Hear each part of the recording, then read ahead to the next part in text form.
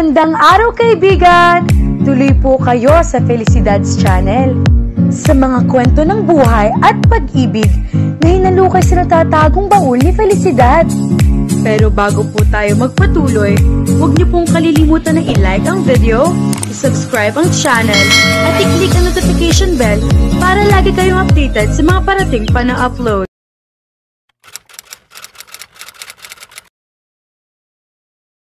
So, kumusta ang dinner date ninyo kagabi ni Nathan? Hindi naman talaga date, nagkataon lang na may ibang lakad ng ibang bandmates namin. Parehong pagkakaiba, date pa din yun. At paano mo naman po nalaman ang tungkol doon? Mukhang seryoso na ang panliligaw sa'yo ni Paul, ha? Huwag mong ibahin ng usapan, ang pinag-uusapan natin ay ang tungkol sa inyo ni Nathan. So, kumusta ang date mo? Naging maayos naman, nagkaroon kami ng candlelit dinner sa napakagandang hardin nila habang nakikinig kami sa isang instrumental song na ang iba ay mga piano version na si Nathan mismong tumugtog. At sumayaw pa kami. Naghalikan ba kayong dalawa? Namula si Yara sa tanong ni Eunice. Uy, naghalikan nga sila. So, kumusta yung kiss? Magaling ba siyang humalik? Ilang saglit na hindi nakasagot si Yara habang iniisip ang kanilang halikan. Sige na, sabihin mo na sa akin. Oo, magaling siyang humalik. Sa sobrang galing niya humalik, munti ka na namin makalimutang huminga. Napatili naman si Yara at pinaypayan pa nito ang sarili sa pamamagitan ng isang kamay. So, kung siya ay magaling at mainit humalik, how come na nandito ka at wala ka sa piling ni Nathan buong magdamag? Tila malisyosang tanong nito sa kanya. Eunice, ano ka ba? Baka may makarinig sa'yo. Ang hali talaga ng isip mo kahit kailan. Natural lang ang tanong ko, no? Isa pa, wala kang dapat ipag-alala kina mami dahil baka sila pang mag-cheer sa'yo sa kasama ko. Panalo ka na kay Nathan, papakawalan mo pa ba? Bakit ako lang bang iniintriga mo para namang hindi ka pa nakakahalikan kay Paul? Nako, magaling ding humalik si Paul. Kaya tuloy inisip ko ay kung ang lahat ba ng lalaki sa banda ninyo ay magaling humalik, isa ba sa pangangailangan nila iyon? So, mabalik ko ang tanong sa'yo. Kung magaling humalik si Paul, bakit hindi mo siya kasama ngayon? Balik tanong ni Yara na tila nang iintriga rin. Kumunot ang noon ni Eunice. May ibang reporters kasi na nagkataong nasa restaurant rin na pinagkainan namin kaya naputol ang moment namin ni Paul. Sa iyo reporters ang asungot, samantalang sa akin ay si Pelaya na stylist ng banda namin na kinakapatid ni Paul. Bakit? Anong ginagawa ng two-faced na girl lalo na yon? Hindi mo rin siya gusto? Nagtaas ng kilay si Yara. Umiling si Eunice.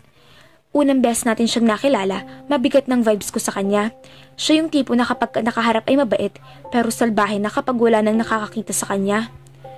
Pareho tayo ng iniisip tungkol sa kanya. Hindi ako mahilig manghusga, pero nararamdaman ko na pakitang tao lang ang pagiging polite niya sa akin tuwing nakaharap ko siya para sa mga clothes at accessories na ipinapakita niya sa akin para pagpilian at isuot ko. Pag-amin ni Yara. So, anong ginawa niya? Ewan ko, may pagka-psychic yata ang babaeng iyon. Andun kasi kami ni Nathan, dahan-dahang sumasayo habang naghahalikan na parang wala ng bukas. Nang biglang masira ang moment namin dahil nagring ang cellphone at tumatawag si Pelaya. Bad timing ang babaeng iyon. Pagkatapos, ang sumunod naman ay ang malakas na pagkulok at pagkitlat. Kaya naman nagmamadali na kaming bumalik sa loob ng bahay ni Nathan para hindi kami maabutan ng malakas na ulan. Pagkatapos, hindi na bumalik ang intimate atmosphere sa pag-ita naming dalawa. Sira na ang timing kaya ipinasyal na lang niya ako sa buong kabahayan nila. Tapos nanood kami ng movies at nang medyo humina ng ulan ay inihatid na niya ako pa uwi. Baka daw kasi mag-alala kayo sa akin. Dapat ay nag-text o tumawag ka na lang at sinabi kina Nathan ka na lang matutulog. Preferably ay sa tabi niya. Ako pa ba magsasuggest nun? Baka isipin niya pang manyak ako. Sigurado ako na gusto mo naman siyang manyakin. Hay nako, simula talaga na mag-date kayo ni Paul ay lalong lumalala ang pagiging malisyosa mo. Nanlaki ang matang sabi ni Yara sa pinsan. Napahalakhak naman si Eunice.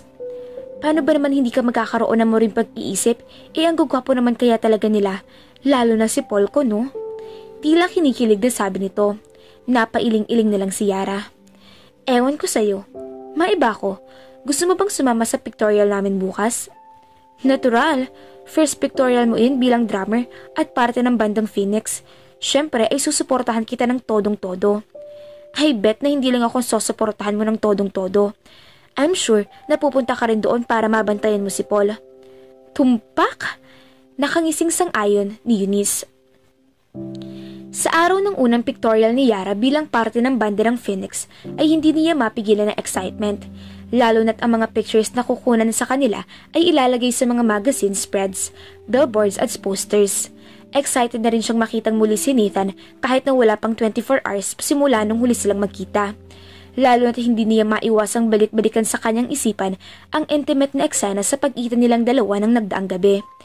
At habang naaalala niya iyon, ay hindi niya mapigilan ang pag-iinit ng kanyang muka. Hindi niya tuloy mapigilan na mag-isip kung sa pagkikita nila ngayon ay mas magiging sweet at attentive kaya si Nathan sa kanya. Kinikilig na talaga siya. Kaya naman mas binilisan niya pa ang lakad papunta sa dressing room nila kahit iba ang dressing room niya sa mga kabanda niyang lalaki ay magkalapit naman ang mga iyon. Kasama rin niyang dumating si Eunice pero iniwanan niya ito sa pangangalaga ni Paul nang dumating sila ay hindi ito humiwalay pa sa pinsan niya. Nang makarating siya sa may pinto ng dressing room ni Nathan at akmang kakatok na lang siya nang makita niyang bahaging nakabukas iyon. Mukhang hindi masyadong naisarang maigi ang pinto kaya naman binaliwala na lang niya ang pagkatok at diretso na lang niyang binuksan ang pinto para pumasok. Pero hindi pa man siya nakakahakbang papasok ay natigilan na siya at mabilis niyang naitakip ang bibig ng isang kamay niya para hindi marinig ang mga nasa loob ang pagsinghap niya. Dahil mula sa loob ng dressing room ay nakita niyang magkahalikan sina Nathan at Pelaya. Wala pang pang-itaas si Nathan habang hawak dito sa balikat si Pelaya. At si Pelaya naman ay mahigpit na nakakunyapit sa leeg ni Nathan na tila ayaw na nitong umalis sa pagkakayakap nito. At ganoon din ang paghahalikan ng mga ito. Tila ayaw nang maghiwalay ang mga labi nila. At dahil nakatalikod sa kanya si Nathan kaya hindi siya pansin ito. Pero obvious na nakita siya ni Pelaya nang magdilat ito ng mata. At imbes na mahiya sa pagkakakita sa kanya, sa halip ay binigyan siya ni Pelaya ng isang mapanukso at matugumpay na tingin. Bago itong muling pumikit at pinag-igi pa ang pakikipaghalikan kay Nathan. Napaungol pa ito at bet ni Yara na para sa kapakanan niya iyon. Pakiramdam ni Yara ay nadudurog ang kanyang puso. To think na kagabi ay siyang kahalikan ni Nathan. Ganoon ba kagad ito makalimot sa pinagsaluhan nilang halik? Bali wala lang ba rito iyon? Ngunit ito'y isang big deal sa kanya. Kaya naman bago pa siya tuluyang mapaiyak at magmukhang kawawa, ay tahimik na lang siyang umalis. Kaya hindi na nasaksihan ni Yara ang paglalayo ni Nathan kay Pelaya mula rito. Tungkol saan ba iyon, Pelaya? Iritadong tanong ni Nathan dito na pinunasan pa nito ng isang kamay ang labi. Namiss lang kita kagabi, kaya bumawi ako ngayon. Humakbang papalayo si Nathan kay Pelaya bago ito naupo sa panghisahang sofa. Ano bang nangyayari sa'yo? Bakit bigla ka nalang nangahalik? Gusto ko lang i-assure ang sarili ko. Napakunot naman ang noo ni Nathan. I-assure sa sarili mo? Na ano? Na ako pa rin ang gusto mo? Lalo na ngayong marami naglalabasang balita tungkol sa inyong dalawa ng drummer ng banda ninyo. Sabi ni Pelaya na nakanguso pa. Napailing-iling si Nathan habang naisuklay nito ang kamay sa may kahabaang buhok nito. Pelaya, matagal na panahon na iyon. Kung ano man ang posibleng sana ay nangyari sa relasyon natin bago ka pa naging sikat na modelo sa ibang bansa. Tandaan mo, mas pinili mo ang iyong career at binaliwala mo ang panliligaw ko sa'yo. Hindi nga halos naging tayo, so para sa ng assurance na hinihingi mo? Tila nangungunsuming tanong ni Nathan dito na kung hindi lang babae at kinakapatid ni Paul si Pelaya ay baka nasakal na niya ito. Pwede pa rin naman nating ituloy ang dapat sana naging relasyon natin noon. Nandito na ako ngayon at isa sa dahilan ko kung bakit ako naging stylist ng banda ninyo ay dahil sa'yo. Gusto kong maging malapit sa'yo tulad ng dati. Alam ko, you care for me too. Otomatiko namang tumayo si Nathan mula sa upuan at lumayo kay Pelaya. No, hindi na natin kailangan pang ipagpatuloy ang kung anumang panliligaw ko sa'yo noon. Wala na akong ganyang feeling sa'yo. Nagbago ang mga bagay. At oo, inaalagaan kita ngunit bilang isang kaibigan lamang. Sana maintindihan mo iyon. Bahagyang lumamlam ang mata ni Pelaya bago iyon biglang nanlisik ng galit. Si Yara ba ang dahilan? Hindi ba? Nagkagusto ka na sa kanya. Paratang ni Pelaya. Wala ka na doong pakialam. Pero mahal kita. Habang nagmomodelo ako sa ibang bansa, ay iniisip ko palagi na sa pagbalik ko ay saka kita babalikan. Hindi mo ako mahal, Pelaya. Akala mo lang yon dahil iyon ang ipinasok mo sa isip mo. Dahil kung mahal mo talaga ako, ay hindi mo na dapat pambigyan ng time frame kung kailan mo ko balak balikan.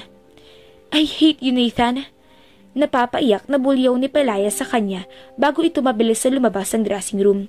Napabuntong hininga si Nathan habang sinundan na lang ng tingin ang papaalis na si Pelaya. Naku mga ka-Felicidad, mukhang di pa nagiinit ang samahan ni Nathan at Yara ay mayroon na agad kontrabida. Ngayong nakita ni Yara na naghahalikan si Pelaya at Nathan, ano kayang mangyayari? Iiwasan na kaya ni Yara si Nathan dahil ni Pelaya? Abangan!